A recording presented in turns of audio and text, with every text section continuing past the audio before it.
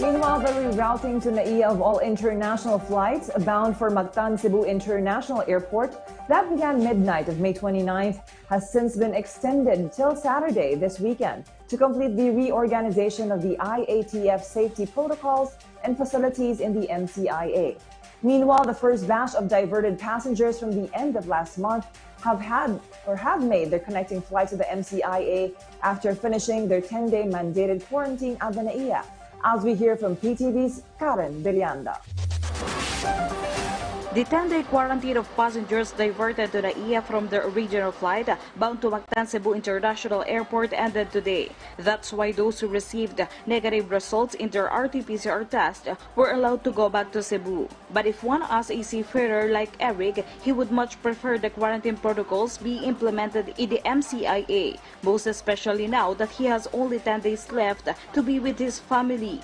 Kasi dapat nakauwi na kami kasi 2 to 3 days lang antay namin sa resulta namin sa Cebu. Uwi na kami sa probinsya namin tapos ganito pa nangyari. Presidential spokesperson Harry Roque announced yesterday the diversion of flights will be extended until June 12. To ensure that upon resumption of international flights to Mactan Cebu International Airport, the travel and testing protocols approved by the Interagency Task Force for the Management of Emerging Infectious Diseases will be fully and seamlessly implemented.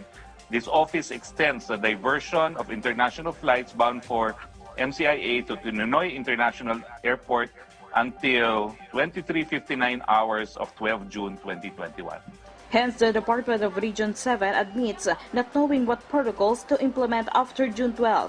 They said that the executive order from the provincial government of Cebu directing swab tests upon arrival must be lifted, that all passengers will be quarantined in a hotel until he or she gets the result, and finally allowed to continue his or her quarantine in their designated LGUs.